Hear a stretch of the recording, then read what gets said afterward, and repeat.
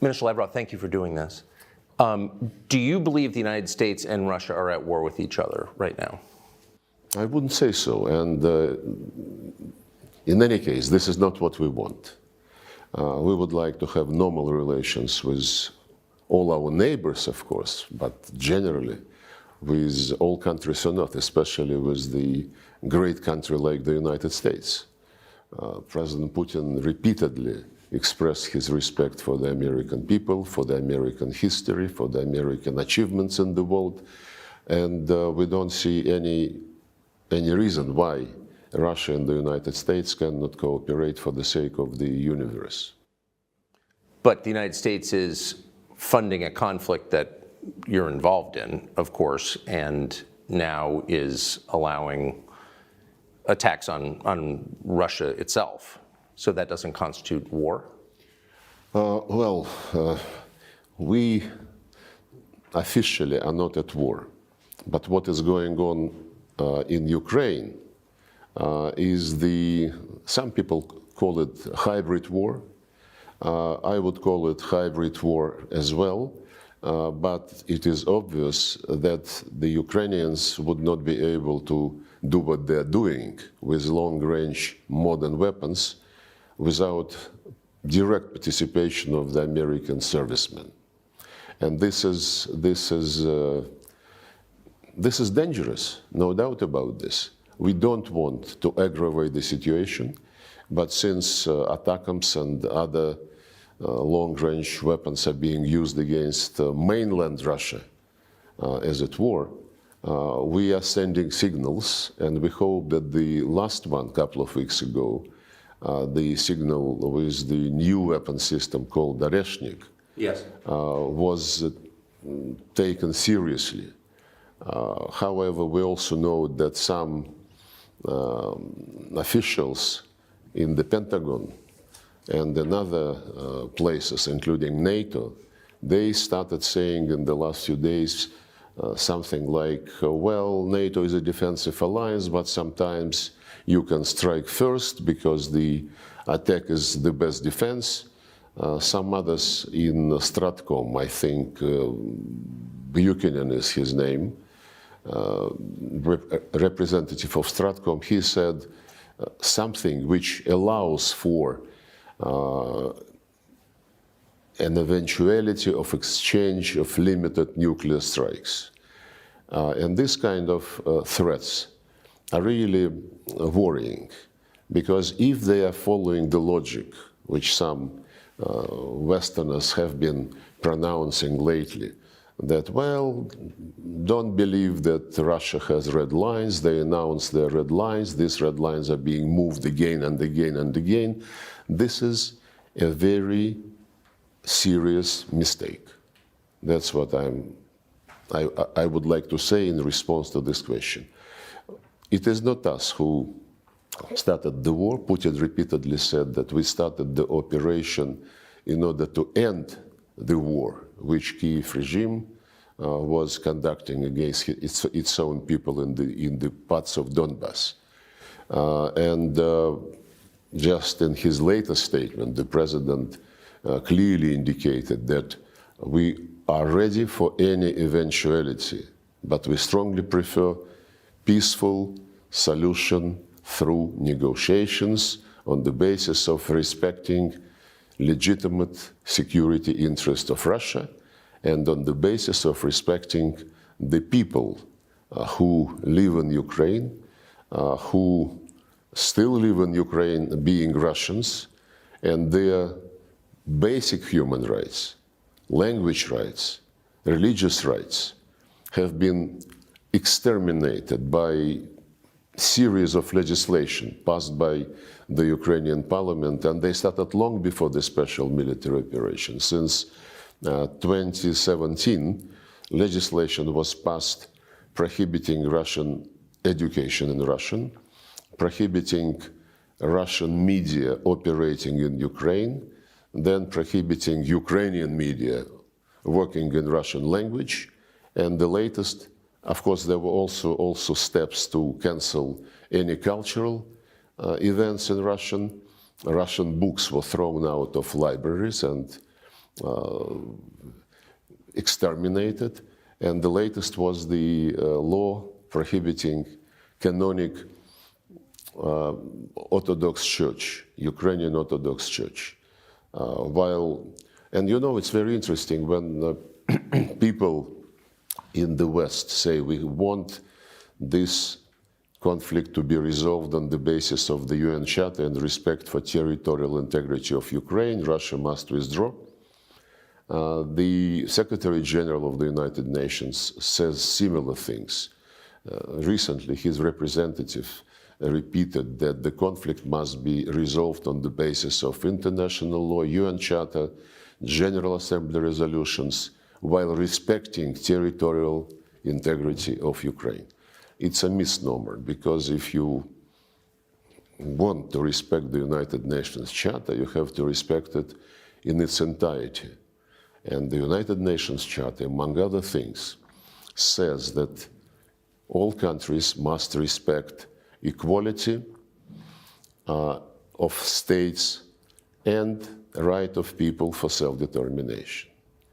And they also mentioned the United Nations General Assembly resolutions, and this is clear that what they mean is the series of resolutions which they passed after the beginning of the special military operation, and which demand condemnation of Russia, Russia get out of Ukraine territory in 1991 borders. But there are other United Nations General Assembly resolutions which were not voted, but which were consensual. And among them is a declaration on principles of relations between states on the basis of the Charter. And it clearly says, by consensus, everybody must respect territorial integrity of states whose governments respect the right of people for self-determination, and because of that, represent the entire population living on a given territory. To argue that the people who came to power through military coup d'etat in February 2014 represented Crimeans or the citizens of eastern and southern Ukraine is absolutely useless. It is obvious that Crimeans rejected the coup. They said, leave us alone, we don't want to have anything with you. So did Donbass. Crimeans held referendum, and they rejoined Russia. Donbass was declared by the putschists who came to power a terrorist group. They were shelled, attacked by artillery. The war started, which was stopped in February 2015. And the Minsk agreements were signed, and we were very sincerely interested in closing this drama by seeing Minsk agreements implemented fully. It was sabotaged by the government which was established after the coup d'etat in Ukraine. There was a demand that they enter into a direct dialogue with the people who did not accept the coup. There was a demand that they promote economic relations with that part of Ukraine, and so on and so forth. None of this was done. The people in Kyiv were saying we would never talk to them directly, and this is in spite of the fact that the demand to talk to them directly was endorsed by the Security Council. And they said they are terrorists, we would be, fighting them, and they would be dying in cellars because we are stronger. Had the coup in February 2014, had it not happened, and had the deal which was reached the day before between the then president and the opposition implemented, Ukraine would have stayed one piece by now with Crimea in it. It's absolutely clear. They did not deliver on the deal, instead they staged the coup. The deal, by the way, provided for creation of a government of national unity in February 2014 and holding early elections, which the then president would have lost Everybody knew that. But they were impatient, and they took the government buildings next morning. They went to this Maidan Square and announced that they created the government of the winners. Compare the government of national unity to prepare for elections and the government of the winners. How can the people whom they, in their view, defeated, how can they pretend that they respect the authorities in Kiev? You know, the right for self-determination is the international legal basis for decolonization process, which took place in Africa on the basis of this charter principle, right for self-determination. The people in the colonies, they never treated the colonial powers, colonial masters, as somebody who represent them, as somebody whom they want to see in the structures which govern those lands. By the same token, the people in east and south of Ukraine, people in Donbass and Novorossiya, they don't consider the Zelensky regime as something which represents their interests. How can they, when their culture, their language, their traditions, their religion, all this was prohibited? Yes. And the last point is that if we speak about the UN Charter, resolutions, international law, the very first article of the UN Charter, which the West never recalls in the Ukrainian context, says respect human rights of everybody, irrespective of race, gender, language, or religion.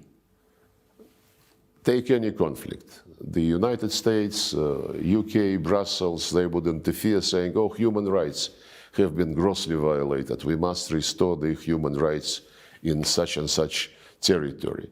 On Ukraine, never, ever, they mumbled the words human rights. Seeing these human rights for the Russian and Russian-speaking population being totally exterminated by law. So when people say, let's resolve the conflict on the basis of the Charter, yes, but don't forget that the Charter is not only about territorial integrity, and territorial integrity must be respected only if the governments are legitimate and if they respect the right of their own people. I want to go back to what you said a moment ago about the introduction or the unveiling of the hypersonic weapons system that you said was a signal to the West. What signal exactly? I think many Americans are not even aware that this happened. What message were you sending by showing it to the world? Well, the message is that you, the United States, and the allies of the United States, who also provide this long-range weapons to the Kiev regime, they must understand that we would be ready to use any means not to allow them to succeed in what they call strategic defeat of Russia. They fight for keeping their hegemony over the world, on any country, any region, any continent. We fight for our legitimate security interests. They say, for example, 1991 borders. Lindsey Graham, who visited some time ago Zelensky for another talk, he bluntly, in presence of Zelensky, I think, said that Ukraine is very rich with rare earth metals, and we cannot leave this richness to the Russians. We must take it. We fight, so they fight for the regime which is ready to sell or to give to the West all the natural and human resources. We fight for the people who have been living on these lands, whose ancestors were actually developing those lands, building cities, building factories for centuries and centuries. We care about people, not about natural resources which somebody in the United States would like to keep and to have Ukrainians just as servants sitting on these natural resources. So the message which we wanted to sell by testing in real action this hypersonic system is that we will be ready to do anything to defend our legitimate interest. We hate even to think about war with the United States, which will take, nuclear character. Our military doctrine says that the most important thing is to avoid a nuclear war. And it was us, by the way, who initiated in January 2022 the message, the joint statement by the leaders of the 5 permanent members of the Security Council, saying that we will do anything to avoid confrontation between us, acknowledging and respecting each other's security interests and concerns. This was our initiative. And the security interests of Russia were totally ignored when they rejected, about the same time, when they rejected the proposal to conclude a treaty on security guarantees for Russia, for Ukraine, in the context of coexistence and in the context when Ukraine would not be ever member of NATO or any other military bloc. This security interest of Russia were presented to the West, to NATO and to the United States.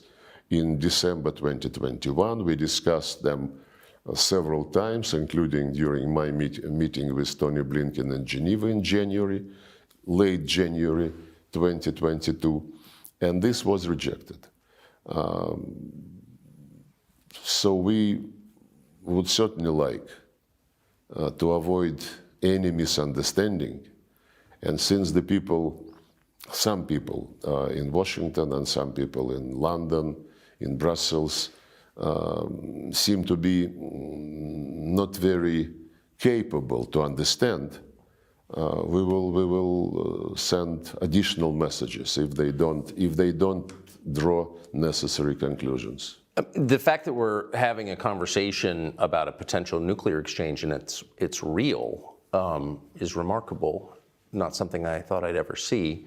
And it raises the question, how much back-channel dialogue is there between Russia and the United States? Has there been for the last 2.5 years? Is there any conversation ongoing? There are several channels, but mostly on exchange of people who served terms in Russia and in the United States. There were several swaps. There are also channels which are not advertised or publicized, but basically the Americans send through these channels the same message which they send publicly. You have to stop, you have to accept the way which will be based on the Ukrainian needs and Ukrainian position. They support this absolutely pointless peace formula by Zelensky, which was additioned recently by Victory Plan. They held several series of meetings, Copenhagen format, Bürgenstock, what have you, and they brag that next year, first half of next year, they will convene another conference and they will graciously invite Russia at that time, and then Russia would be presented an ultimatum. All this is seriously repeated through various confidential channels. Now we hear something different, including Zelensky's statements that we can stop now at the line of engagement, line of contact. The Ukrainian government will be admitted to NATO, but NATO guarantees at this stage would cover only the territory controlled by the government, and the rest would be subject to negotiations, but the end result of these negotiations must be total withdrawal of Russia from Russian soil, basically. Wait, but just if I can just go back. Leaving Russian people to the Nazist regime, which exterminated all the rights of the Russian and Russian-speaking citizens of their own country. If I can just go back to the question of nuclear exchange. So there is no mechanism by which the leaders of Russia and the United States can speak to each other to avoid the kind of misunderstanding that could kill hundreds of millions of people? No. We have this channel, which is automatically engaged when ballistic missile launch is taking place. As regards this Oreshnik hypersonic ballistic missile, mid-range ballistic missile, 30 minutes in advance, this system sent the message to the United States, and they knew that this was the case, and that they don't mistake it for anything bigger and real dangerous. Well, I think the system sounds very dangerous. Well, it was a test launch, you know. Yes. Oh, you're speaking of the test. Okay. But I just wonder how worried you are that, considering there doesn't seem to be a lot of conversation between the two countries, both sides are speaking about exterminating the other's populations, that this could somehow get out of control in a very short period and no one could stop it. It seems incredibly... No, we're not talking about exterminating anybody's population.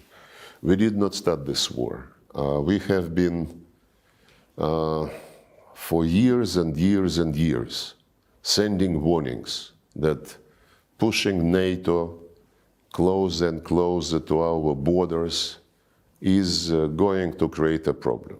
Yes. 2007, Putin started to explain, you know, to the people who seem to be overtaken by the end of history and being dominant, no challenge, and so on and so forth. And of course, when the coup took place, the Americans did not hide that they were behind it. There is a conversation between Victoria Nuland and the then American ambassador in Kyiv when they discuss personalities to be included in the new government after the coup.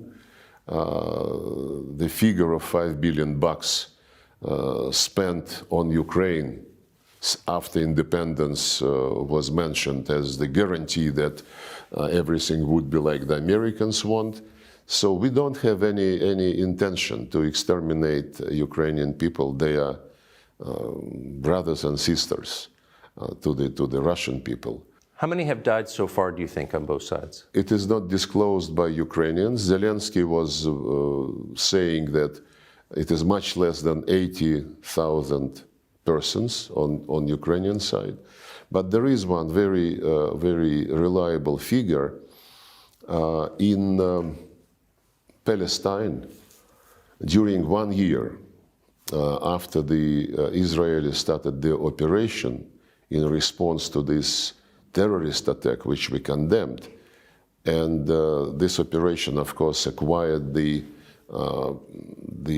proportion of collective punishment, which is against international humanitarian law as well. So during 1 year after the operation started in Palestine, the number of civilians, Palestinian civilians, killed is estimated 45,000. This is almost twice as many as the number of civilians on both sides of Ukrainian conflict who died during 10 years after the coup.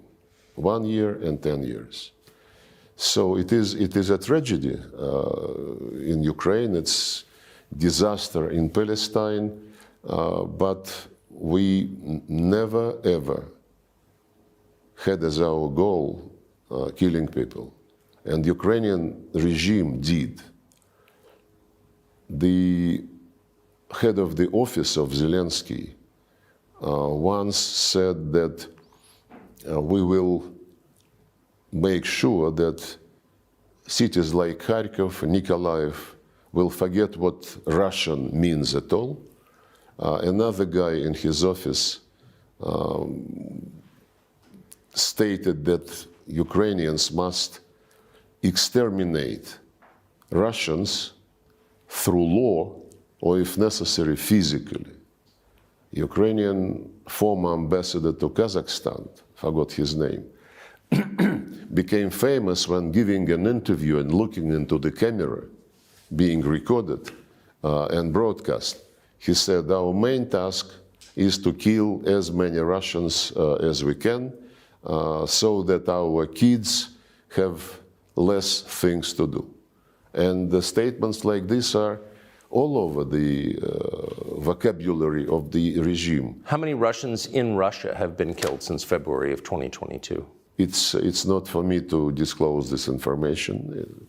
In the time of military operations, special rules exist, and our Ministry of Defense follows these rules. But the very interesting fact that when Zelensky was playing not in international arena, but at his comedy club or whatever it is called, he was.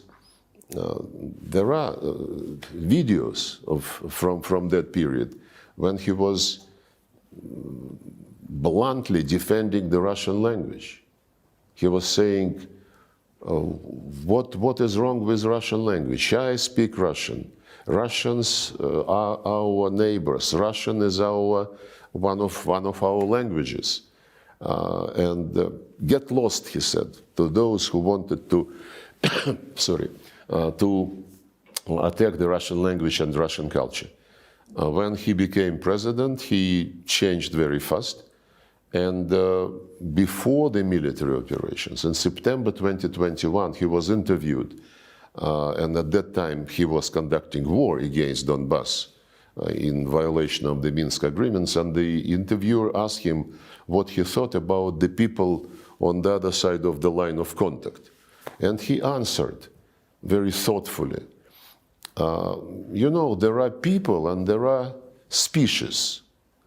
And if you, living in Ukraine, feel associated with the Russian culture, my advice to you, for the sake of your kids, for the sake of your grandkids, get out to Russia. And if this guy wants to bring Russians and people of Russian culture back under his territorial integrity, I mean, it shows that he is not adequate. So what are the terms under which Russia would cease hostilities? Like what are you asking for?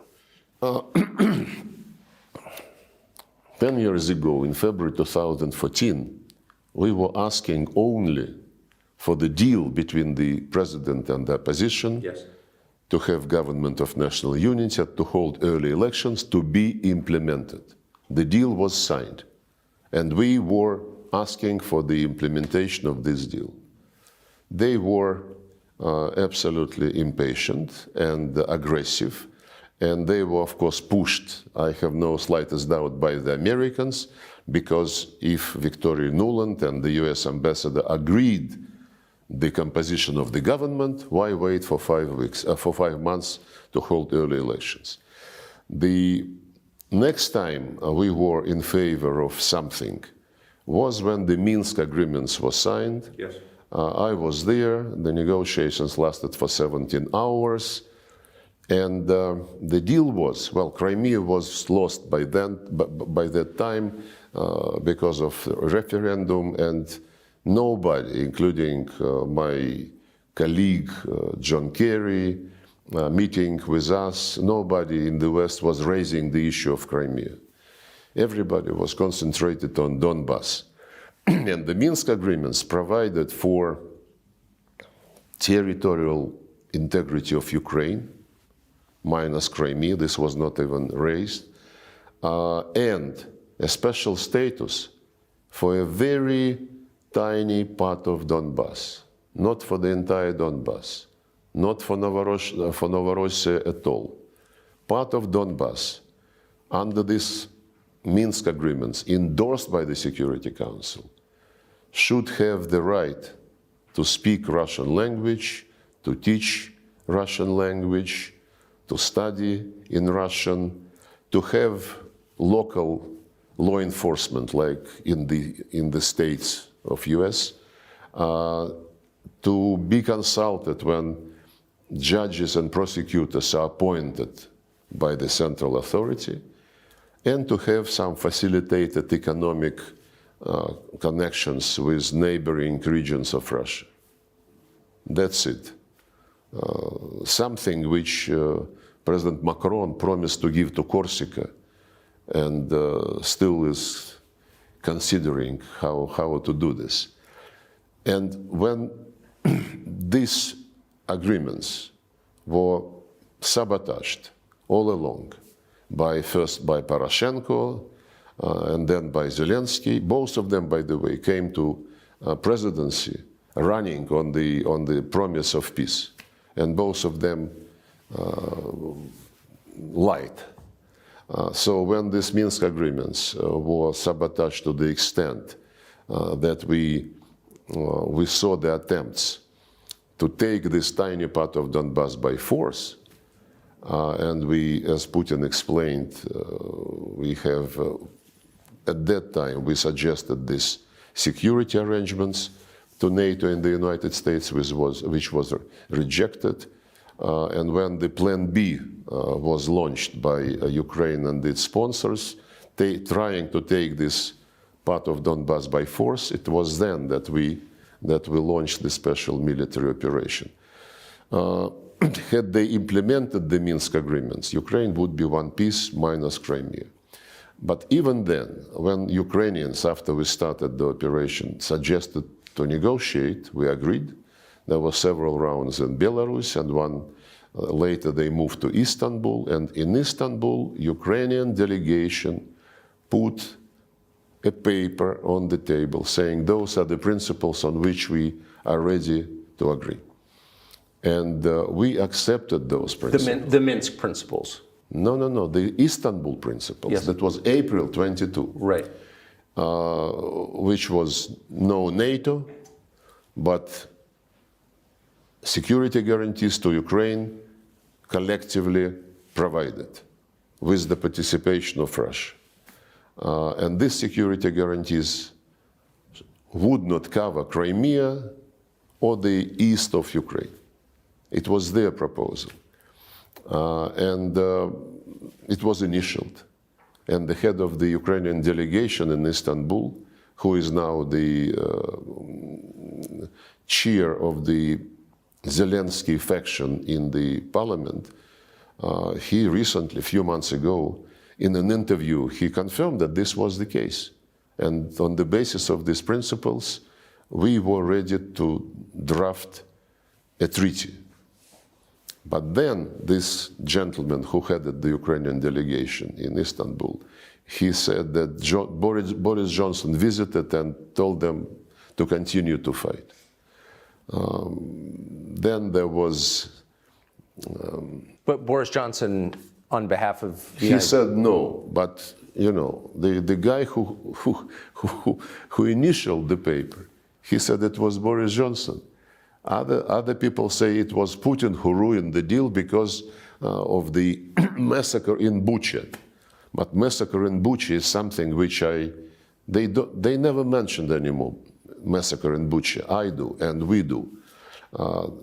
In a sense, they are on the defensive. Several times in the United Nations Security Council, sitting at the table with Antonio Guterres, 2 years ago and last year, last year and this year, the General Assembly, I raised the issue of Bucha and said, guys, it is strange that you are silent about Bucha because you were very vocal when BBC team found itself on a street where the bodies were located. And can we, I inquired, can we get the names of the persons whose bodies were broadcast by BBC?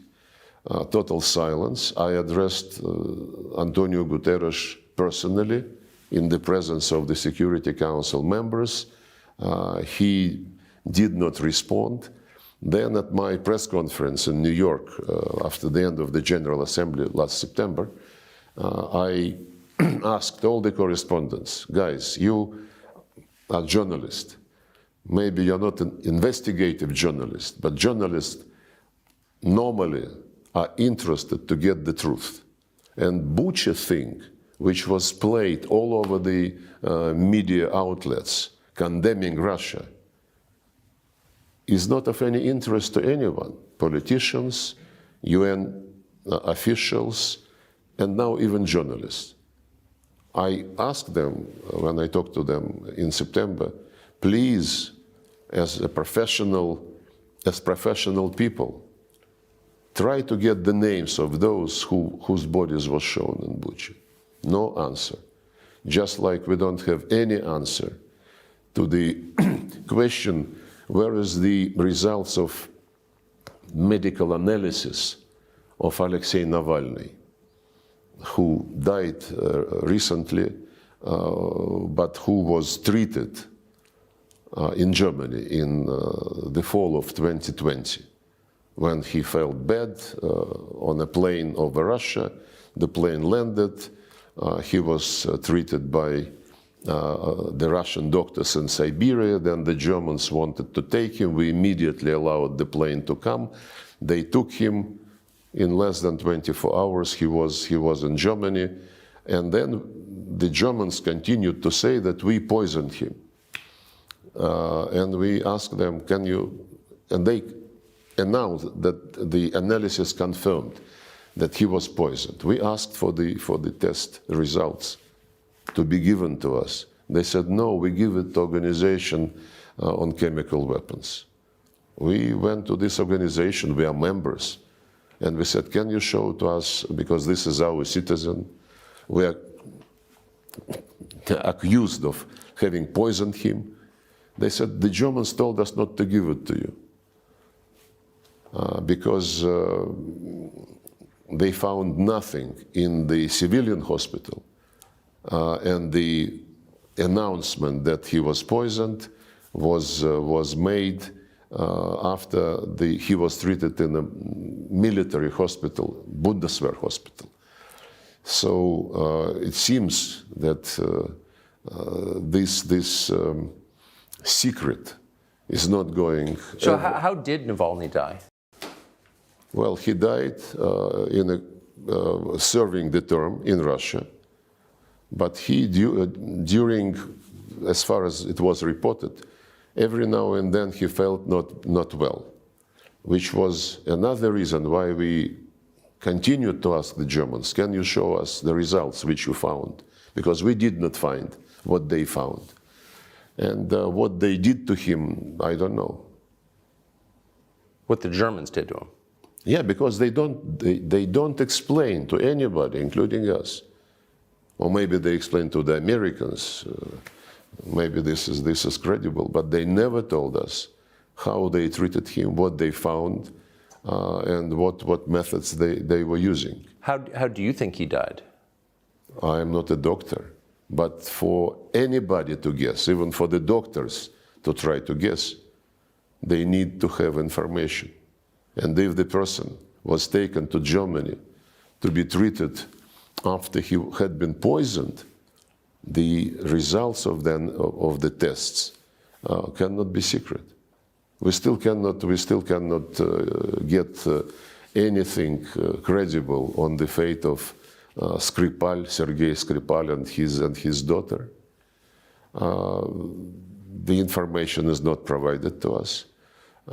He is our citizen, she is our citizen, and we have all the rights and the conventions which the UK is party to get information.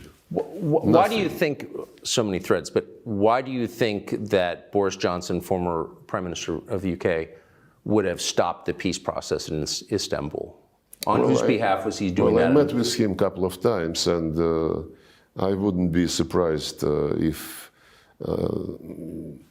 he was motivated by some immediate desire or by some long-term strategy. He is not very predictable. But why, okay, do you think he was acting on behalf of the US government, on behalf of the Biden administration? He was doing this independently? I mean, I don't know. I don't know, and I wouldn't guess. The fact that the Americans and the Brits are leading in this quote-unquote situation is obvious.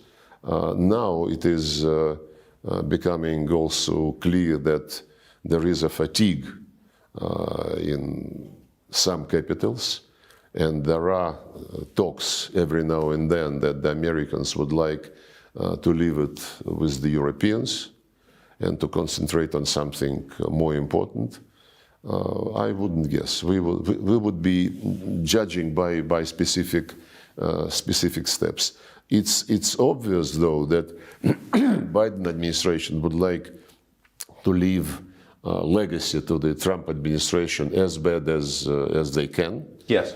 And similar to what Obama did to Trump during his first term, when late December 2016, Obama expelled Russian diplomats just very late December, 120 persons with family members, did it on purpose, demanded them on leave on the day when there was no direct flight from Washington, so they had to move to New York by buses with all their luggage, with children, and so on and so forth.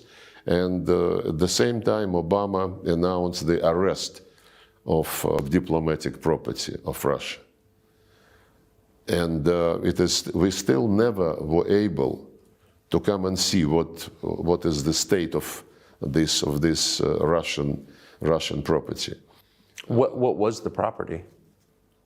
Diplomatic, they never allowed us to come and see, though, under all convention. They just say that these pieces we don't consider as being covered by diplomatic immunity, which is a unilateral decision never substantiated by any international court. So you believe the Biden administration is doing something similar again to the incoming Trump administration? Yeah, because that episode with the expulsion and the seizure of property certainly did not create the promising ground for beginning of our relations with the Trump administration.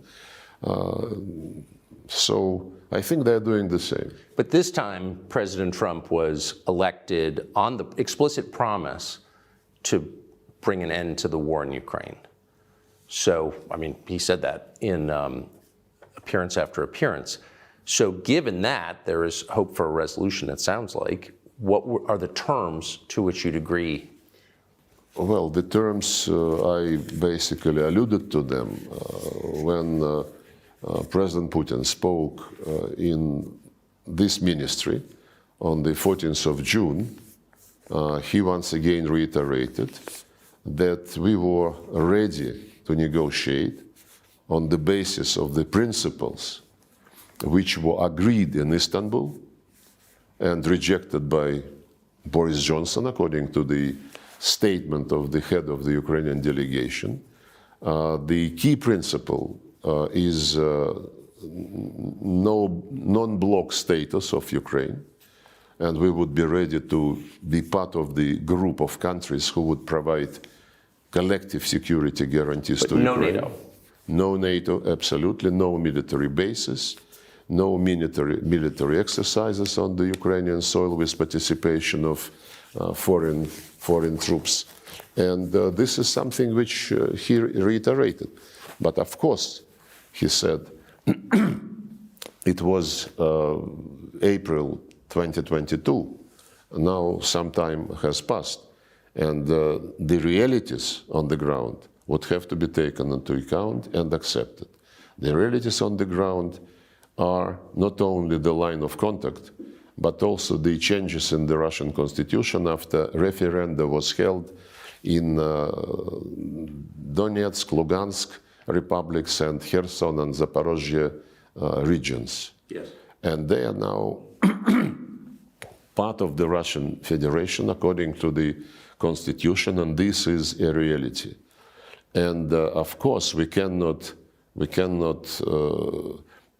tolerate a deal which would keep the legislation, which I quoted, prohibiting Russian language, Russian media, Russian culture, Ukrainian Orthodox Church, because it is a violation of the obligations of Ukraine under the UN Charter, and somebody must be done about it. And the fact that the West, since this Russophobic legislative offensive started in 2017, since the West was totally silent, and it is silent until now, of course, we would have to pay attention to this in a very special way. Would dropping sanctions against Russia be a condition? You know, I would say probably many people in Russia would like to make it a condition, but the more we live under sanctions, the more we understand that it is better to rely on yourself and to develop mechanisms, to develop platforms for cooperation with normal countries who are not unfriendly to you and don't mix economic interest and policies, and especially politics. And we learned a lot after the sanctions started. Sanctions started under Obama. They continued in a very big way under the first term of Trump. And these sanctions under the Biden administration are absolutely unprecedented. But what doesn't kill you makes you stronger, you know. And well, but it also just drives... They would be never kill us, so they are making us stronger. And driving Russia east. And so the vision that I think sane policymakers in Washington had 20 years ago is why not bring Russia into a Western bloc, sort of as a balance against the rising East? But it doesn't seem like that. Do you think that's still possible? I don't think so. When recently Putin was speaking at Valdai Club, politologists and experts, he said we would never be back at the situation of early 2022. That's when he realized for himself, apparently, not only he, but he spoke publicly about this, that all attempts to be on equal terms with the West have failed. It started after the demise of the Soviet Union. There was euphoria. We are now part of the liberal world, the democratic world, end of history. But very soon it became clear to most of the Russians that in the 90s we were treated as, at best, as junior partner, maybe not even as a partner, but as a place where the West can organize things like it wants, striking deals with oligarchs, buying resources and assets, and then probably the Americans decided that Russia is in their pocket.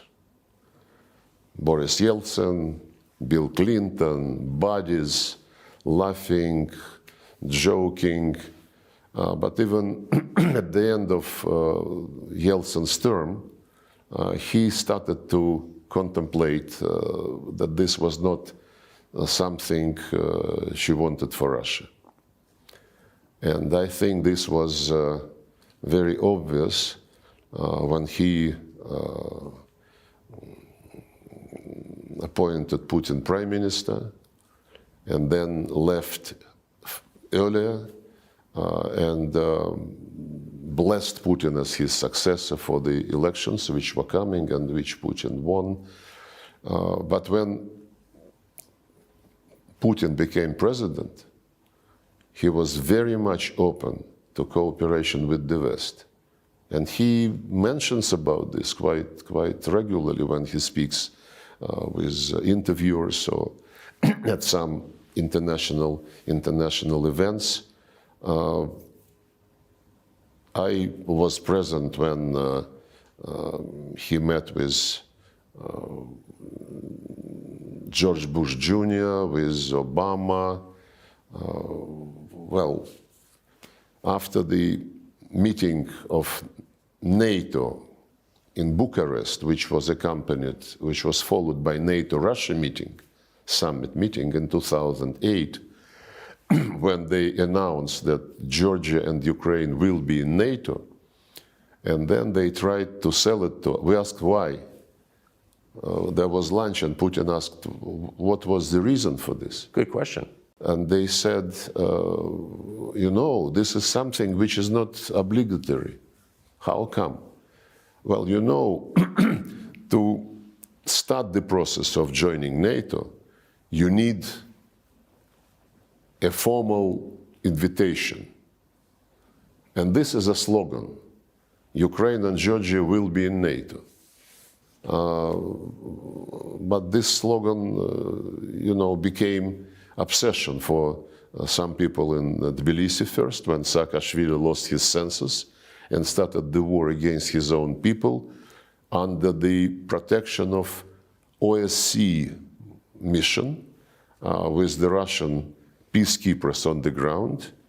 And the fact that he launched this was confirmed by the European Union investigation which they launched and which concluded that he gave the order to start. And for Ukrainians, it took a bit longer. And they were cultivating this pro-Western mood. Well, pro-Western is not bad, basically. Pro-Eastern is also not bad. What is bad is that you tell people either or. Either you go with me or you're my enemy. What happened before the coup in Ukraine? In 2013, the president of Ukraine, it was Mr. Yanukovych, negotiated with the European Union some association agreement which would nullify tariffs on most of the Ukrainian goods to the European Union and the other way around. And at some point, when he was meeting with Russian counterparts, we told him, you have already, Ukraine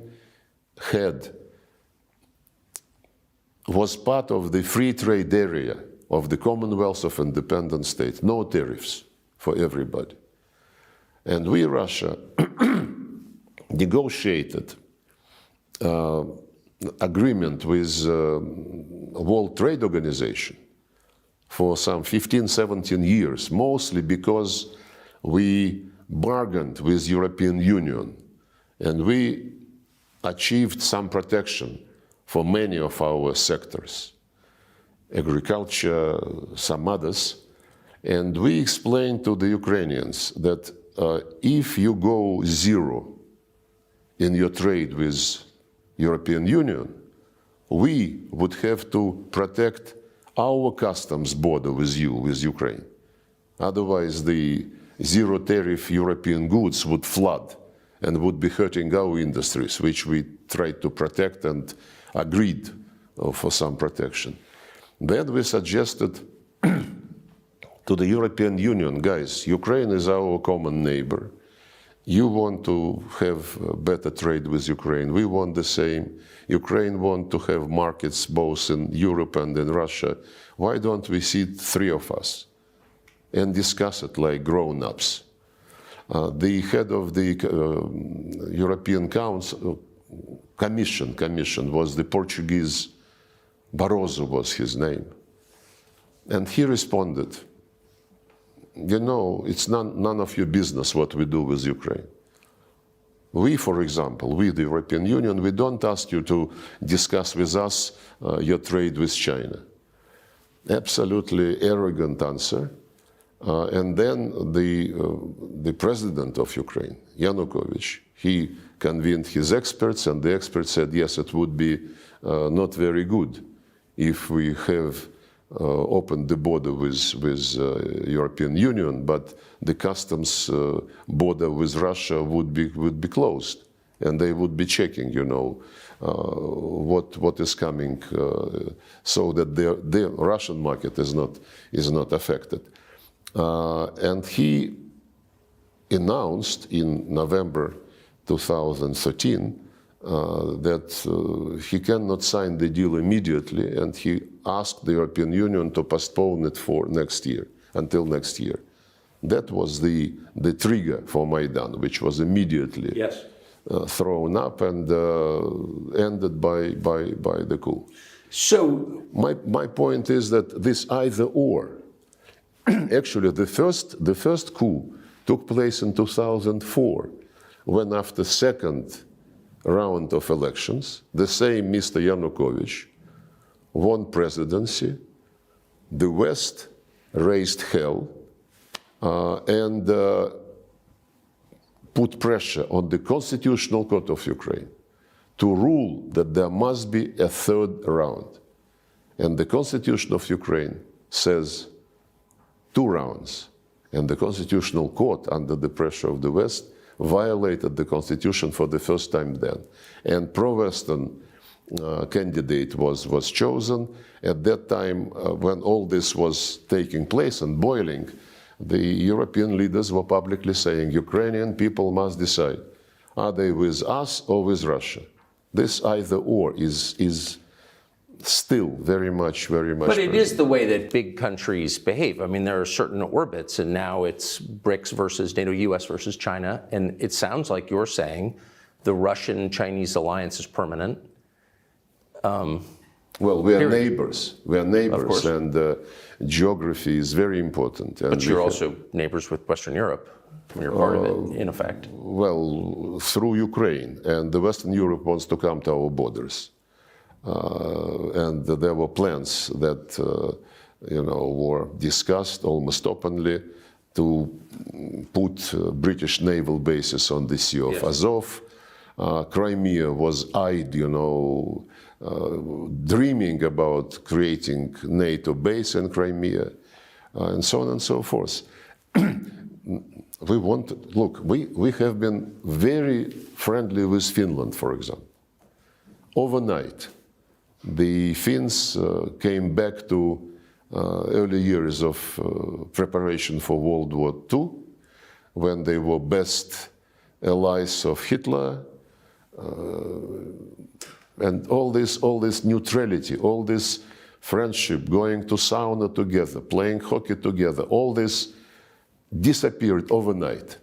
So maybe this was deep in their hearts, and the neutrality was burdening them, and niceties were burdening for them. I don't know. They're mad about the Winter War. Huh? That's totally possible. Can you negotiate with Zelensky? You've pointed out that he has exceeded his term. He's not, you know, democratically elected president of Ukraine anymore. So do you consider him a suitable partner for negotiations? Putin addressed this issue as well, many times. In September 2022, during the first year of the special operation, Zelensky, in his conviction that he would be dictating the terms of the situation also to the West, he signed a decree prohibiting any negotiations with Putin's government. And when, during public events, after that episode, Putin is asked why Russia is not ready for negotiations, he said, don't turn it upside down. we are ready for negotiations, provided it will be based on the balance of interest tomorrow.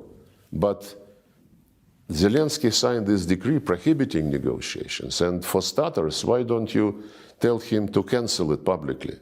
This will be a signal that he wants negotiations. Instead, Zelensky invented his peace formula. Later it was additioned by victory plan. And they keep saying, we know what they say when they meet with European Union ambassadors and in other formats. They say, no deal unless the deal is on our terms. And I mentioned to you they are planning now the second summit on the basis of this peace formula. And they don't shy away from saying, we will invite Russia to put in front of it the deal which we agreed already with the West.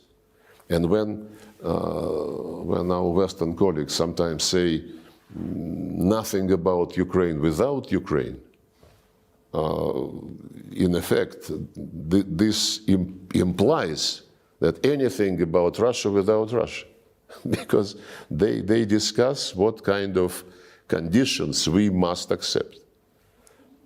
By the way, recently they already violate tacitly the concept nothing about Ukraine without Ukraine. There are passes, there are messages. They know our position. We are not playing double game. What Putin announced is the goal of our operation. It's fair. It's fully in line with the United Nations Charter. First of all, the rights, language rights, minority rights, national minority rights, religious rights, and it's fully in line with OSCE principle. There is an organization for security and cooperation in Europe which is still alive. And the summit of this organization, well, several summits of this organization clearly stated that security must be indivisible, that nobody should expand his security at the expense of security of others, and that, most important, no organization in Euro-Atlantic space shall claim dominance. This was, last time it was confirmed by OSCE 2010. And NATO was doing exactly the opposite. Yes. So we have legitimacy, you know, in our position. No NATO on our doorsteps because OSCE, agreed that this should not be the case if it hurts us. And please restore the rights of Russians. Who do you think has been making foreign policy decisions in the United States? This is a question in the United States. Who is making these decisions? I wouldn't guess. I haven't seen Tony Blinken for years. When was the last time? 2 years ago, I think, at the G20 summit, was it in Rome or somewhere? In the margins. His assistant, I was representing Putin, and his assistant came up to me during a meeting and said that Tony wants to talk just for 10 minutes. I left the room, we shook hands, and he said something about the need to de-escalate and so on and so forth. I hope he is not going to be angry with me since I am disclosing this. But we were meeting in front of many people present in the room. And I said, we don't want to escalate. You want to inflict strategic defeat upon Russia. He said, no. It is not strategic defeat globally. It is only in Ukraine. You've not spoken to him since? No. Have you spoken to any officials in the Biden administration since then? I don't want to ruin their career. But have you had meaningful conversations? No. Not at all. No, when I met in international events, one or another person whom I know, an American, I mean. Yeah. Some of them say hello, some of them exchange few words, but I never impose myself because But nothing meaningful behind the it's scenes. becoming contagious, when they see when somebody sees an American talking to me or a European talking to me. Europeans are running away when they see me. During the last G20 meeting, it was ridiculous. Grown-up people, mature people, they behave like kids, so childish, unbelievable. So you said that when in 2016 in December, the final moments of the Biden administration, Biden made the relationship between the United States and Russia more difficult. Obama. Rather. Biden Obama. was vice president. Exactly. I'm so sorry. The Obama administration left a bunch of bombs, basically, for the incoming Trump administration. In the last month, since the election, you have all sorts of things going on politically in bordering states in this region that, in Georgia and Belarus, in Romania, and then, of course, most dramatically in Syria, you have turmoil.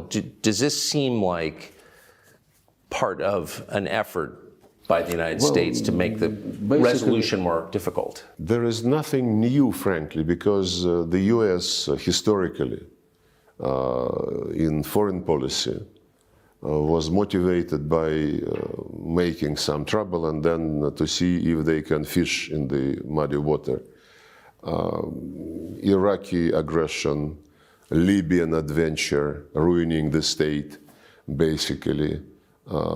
Fleeing from Afghanistan, now trying to get back through the back door, using the United Nations, to organize some event where the US can be present, in spite of the fact that they left Afghanistan in very bad shape and arrested money, don't want to give it back. I think this is, if you analyze the American foreign policy steps, adventures, most of them is the right word. That's the pattern. They create some trouble and then they see how to use it. In Georgia, when the OSCE monitors elections, when it used to monitor elections in Russia, they would always be very negative, and on other countries as well, Belarus, Kazakhstan. This time in Georgia, the monitoring mission of OSCE presented a positive report, and it is being ignored. So when you need endorsement of the procedures, you do it when you like the results of the election. If you don't like the results of elections, you ignore it. It's like when the United States and other Western countries recognized unilateral declaration of independence of Kosovo, they said this is the self-determination being implemented. When a few years later, and there was no referendum in Kosovo, unilateral declaration of independence. By the way, after that, the Serbs approached International Court of Justice, which ruled that, normally they are not very specific, in their judgment, but they ruled that unilateral, or rather, when part of a territory declares independence, it is not necessarily to be agreed with the central authorities. And when a few years later, Crimeans were holding referenda with invitation of many international observers, not from international organizations, but from parliamentarians in Europe, in Asia, in post-Soviet space. They said, no, we cannot accept this because this is violation of territorial integrity. Right. You pick and choose. The UN Charter is not a menu. You have to respect it in all its entirety. So who's paying the rebels who've taken parts of Aleppo? Is the Assad government in danger of falling? What is happening exactly in your view in Syria? Well, we had a deal when this crisis started, and we are organized the Astana process of Russia, Turkey, and Iran. We meet regularly, and another meeting is being planned before the end of the year or early next year to discuss the situation on the ground. And the rules of the game is to help Syrians to come to terms with each other and to prevent separatist trends from getting strong. That's what the Americans are doing in the east of Syria when they groom some Kurdish separatists using the profits from oil and grain, salt, the resources which they occupy. This Astana format is a useful combination of players, if you wish, and we are very much concerned. After this happened with Aleppo and surroundings, I had a conversation with the Turkish Minister of Foreign Affairs and with Iranian colleague. We agreed to try to meet this week. Did you see it coming? Hopefully in Doha, in the margins of this international conference. We would like to discuss the need to come back to strict implementation of the deals on Idlib area, because Idlib de-escalation zone was the place from where the terrorists moved to take Aleppo, and the arrangements reached in 2019 and 2020 provided for our Turkish friends to control the situation in the Idlib de-escalation zone and to separate the Hayat Tahrir al-Sham, former Nusra, from the opposition which is non-terrorist and which cooperates with Turkey. Apparently, it is not yet the. And another deal was the opening of M5 route from Damascus to Aleppo, which is also now taken completely by the terrorists. So we as Ministers of Foreign Affairs would discuss the situation, hopefully, this coming Friday, and the military of all three countries and the security people are in contact with each other. But the Islamist groups, the terrorists you just described, who is backing them? Well, we have some information, and we would like to discuss with all our partners in this process the way to cut the channels of financing and arming them. The information which is being floated, and it's in the public domain, mentions the Americans, the Brits, among others. Some people say that Israel is interested in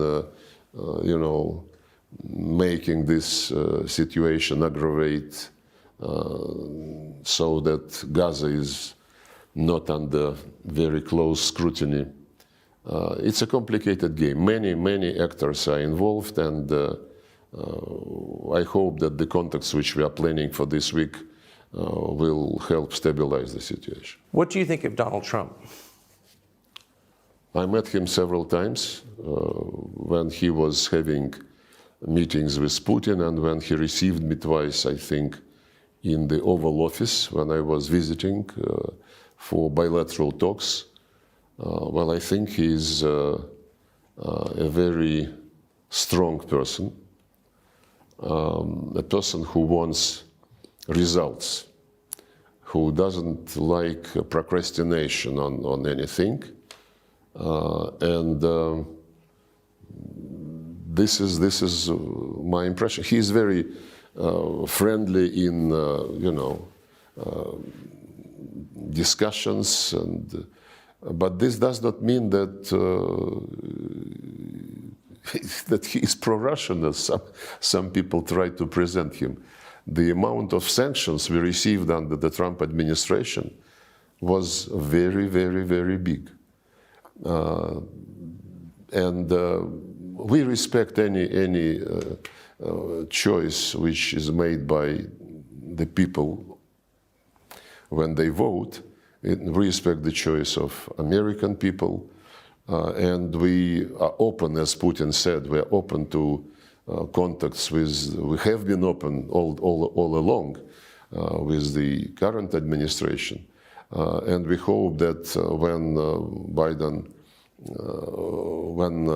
Donald Trump is inaugurated, we will understand what the ball, as Putin said, is on their side. We never severed our contacts, our ties in economy, trade, on security, on anything. And my final question is, how sincerely worried are you about an escalation in conflict between Russia and the United States, knowing what you do? Well, we started with this question, more or less. It seems the central question. Yes, and the Europeans say that it's not, they whisper to each other that it is not for Zelensky to dictate the terms of the deal, it's for the US and Russia. I don't think we should be presenting our relations as,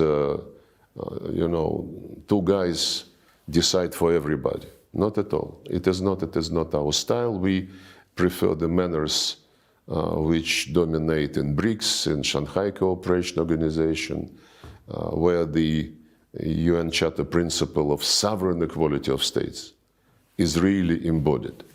The US is not used to respect sovereign equality of states. The United States, when they say we cannot allow Russia to win on Ukraine because this would undermine our rules-based world order. And rules-based world order is American domination. Now, by the way, NATO, at least under Biden administration, is eyeing the entire Eurasian continent. Indian, Pacific strategies, South China Sea, East China Sea is already on NATO agenda. NATO is moving infrastructure there. AUKUS, building Quartet Indo-Pacific 4, they call it. Japan, Australia, New Zealand, South Korea. US, South Korea, and Japan are building military alliance with some nuclear components. So, and Stoltenberg, the former Secretary General of NATO, said last year after the summit, which he said, your Atlantic security is indivisible from Indo-Pacific security. When he was asked, does it mean that you go beyond territorial defense? No, it doesn't go beyond territorial defense, but to defend our territory, we need to be present there. This element of preemption is more and more present. But with the United States, we don't want war with anybody. And as I said, 5 nuclear states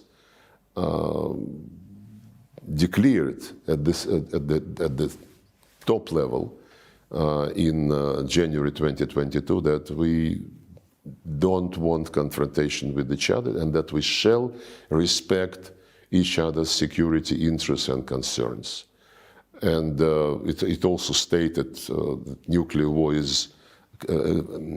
can never be won, and therefore nuclear war is not possible.